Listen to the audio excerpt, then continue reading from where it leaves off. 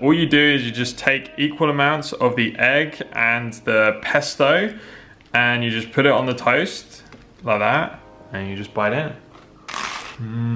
Okay, so this is like one of my all-time favorite breakfasts to make. It's called green eggs. It's a recipe I originally found in a Waitrose magazine. This is a minimalist version of the recipe, and the key is just that you have the three elements: the eggs, the pesto, and the toast. And those things just go so well together. I feel like you really don't need anything else. First, you're gonna soak the cashews in boiling water. Grab a handful of fresh coriander. This is obviously a meal for someone who loves the taste of coriander. Clove of garlic, some fresh lime zest, lime juice, a tablespoon of olive oil, freshly cracked pepper. You can add salt into if you want. 1 to 3 tablespoons of water. Then add in the cashews after they've been soaking for about 10 minutes and just wazz that up. It'll turn into like a nice kind of thick pesto. We always use sourdough toast because it is the best. Just like the kind of bread that you get in a restaurant. We don't have a toaster, so we just use the grill in the oven. Next, you're gonna scramble the eggs with a bit of butter. You can use coconut oil, you can use olive oil, whatever kind of fat you have. I just scramble it all in the frying pan, and that is good enough for me.